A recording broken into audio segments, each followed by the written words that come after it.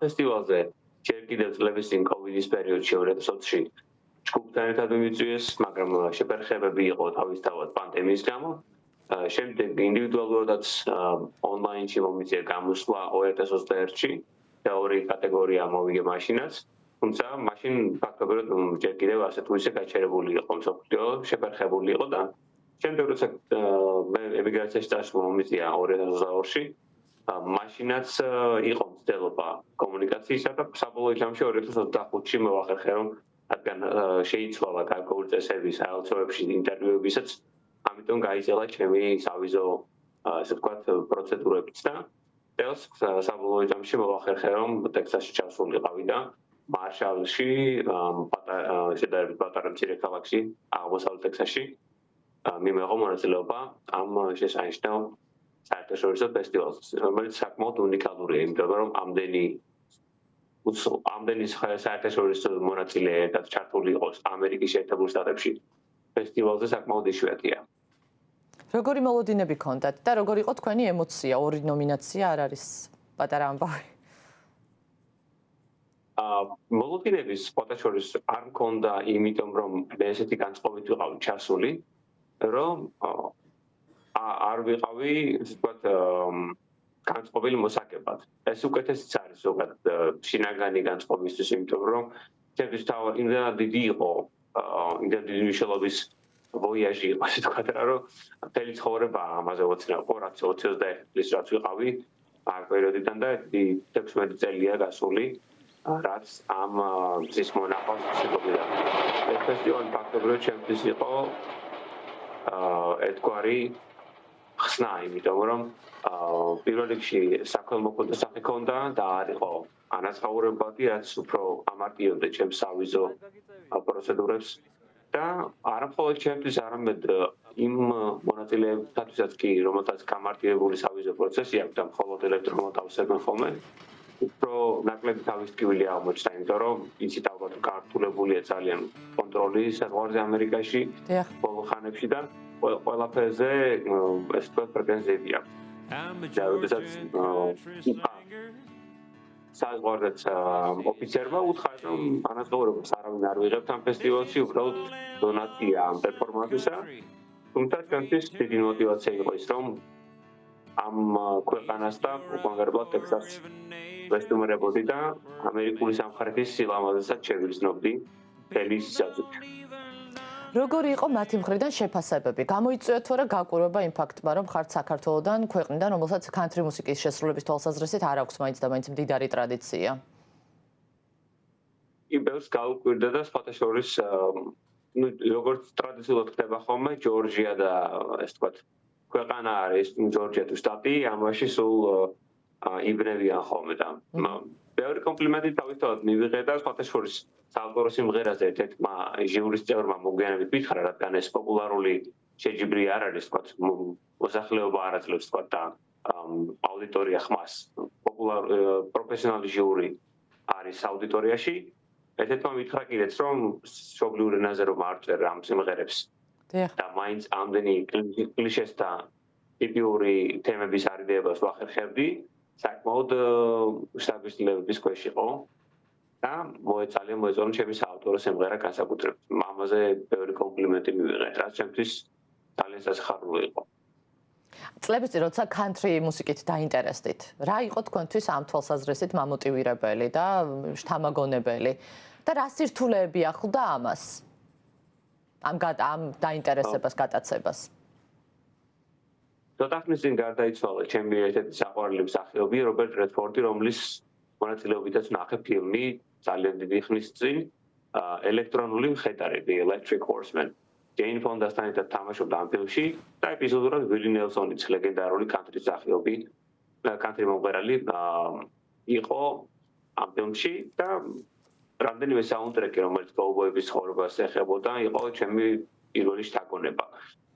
მე ამ 18-19 წლის ასაკში დაახლოებით გიტარა როცა ავიღე ხელში ამ მუსიკით განსაკუთრებით ვიყავი უკვე დაინტერესებული, თუმცა ინფორმაცია მწირი იყო. ეს იყო პირველი გამოწვევა, იმიტომ რომ ზურა შატბერაშვილი მაგალითად ყოფილა პირველი მუსიკოსი, რომელიც კანტრის უკრავდა, მაგრამ ძალიან ვიდრე წრეებში იყო ეს ცნობილი, ალბათ უფრო მუსიკოსების წრეებში. ფოტოშორის ერთ-ერთი ადამიანი გამომეხმაურა კიდეც. და მითხრა მის შესახებ და მე მას შევხვდი წლების წინ, მაგრამ ზურა წასულია 93 წლიდან, 93 წლიდან და ფაქტობრივად ამ სცენაზე არავინ არ არსებობდა, ვინც ესე ფართო მასებთან გავიდოდა. მე საფრანგ ქუჩაში უკრავდი თბილისში და ათაც ცდილობდი აუდიტორიის მოძვლას. შემდეგ ბარებშიც იყო ჩემი პლატფორმა, მაგრამ მაინც სალონურ დონეზე ვიყავი და თბილისში და არ იყო იმის საშუალება, რომ ვთქვათ, ფესტივალებზე გავსულიყავი და უფრო ფართო სცენისთვის ფართო სცენაზე მეზავდა ჩემი თავი. ევროპაში ძალიან ნიშურია ეს ჟანრი, მაგრამ აქაც მქონდა რაღაც გარკვეულ პლატფორმებზე, ფესტივალებზე გამოსვლის საშუალება და თავისთავად ამერიკაში უკვე ჩემთვის იყო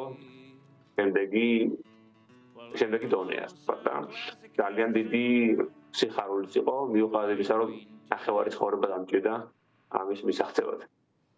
შოთა, აი თქვენ ბრძანეთ, რომ ნიშური ჟანრი არის. რამდენად ცოცხალი არის ზოგადად ეს ჟანრი დღეს მსოფლიოში? აი 15 მონაწილე, თითქოს რაოდენობა არ მომეჩვენა მაინც და მაინც ბევრი, შეიძლება ეს სუბიექტური აღქმა არის. ეს რა მასშტაბური ფესტივალი არ არის, ხა რომ არ დაგიმალოთ, იმიტომ რომ როგორც გითხარით, არასამთავრობო და არა კომერციული ორგანიზაცია ატარებს ამას და ძალიან ბევრი მოხალისური ჯომა ჩადებული. Memorial City Hall Performance Hall ასე ქვია ამ დარბაზს, საკონცერტო დარბაზს, რომელშიც სხვადასხვა ჩვენამდე ცნობილი ბენდების გამოდიოდა, მსახიობი ტომი ლი ჯონსიც კი გამოდიოდა თავისი მუსიკალური ნომრებით რამდენიმე თვით ადრე.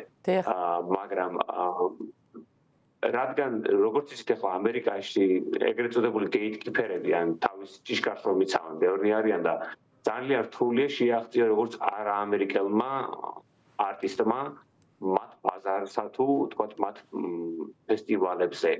ამიტომ ამ საერთაშორისო ფესტივალს ამერიკელები თითქმის ახლა როგორც წესი თითქმის არ არიან ხოლმე. თავიდან ეს დაიწყო, რომ ამერიკელები უფრო მეტი ყავდათ. წელს მაგალითად ერთი ამერიკელ-ჰოლანდიელი არტისტი იყო, ერთი კანადელი და დანარჩენები ევროპიდან ვიყავით, ხანდახან აზიიდან და აფრიკიდანაც კი ყავთ ხოლმე. და საკმაოდ მაღალი დონის არტისტები მე ვიტყოდი. უბრალოდ ასე ხდება რა, ევროპაში რომ ჩადიხარ, მაგალითად ჰედლაინერი რო იყო ევროპულ რომელიმე კანტრი ფესტივალზე ძალიან რთულია. როგორც წესი ამერიკელი მუსიკოსი ჩამოყავთ ხოლმე და მაგიტყინიან ბაზიტად ბილეთებს და ზოგადად ამ ეწევია ხოლმე პრომოუშენსაც და ასე ვთქვათ, მე ხა არ ვცდილობ ძალიან ჩემი ამბავიც ახლა ისე გავყიდო, რომ მწვერვალები დავიფარე, მაგრამ ჩემთვის იყო ეს უდიდესი მიღწევა, რომ ამერიკაში გარკვეულ დონეზე მაინც აღიარება მოიპოვე და გარკვეულ ჩემ ქვეყანასაც რა თქმა უნდა თავისთავად მცირედი შეიძლება წაადგება განსაკუთრებულ ამ მძიმე დროს, როცა ასეთი უზურპატორი ხელისუფლება ყავს დე ფაქტო ხელისუფლება ყავს სათავეში.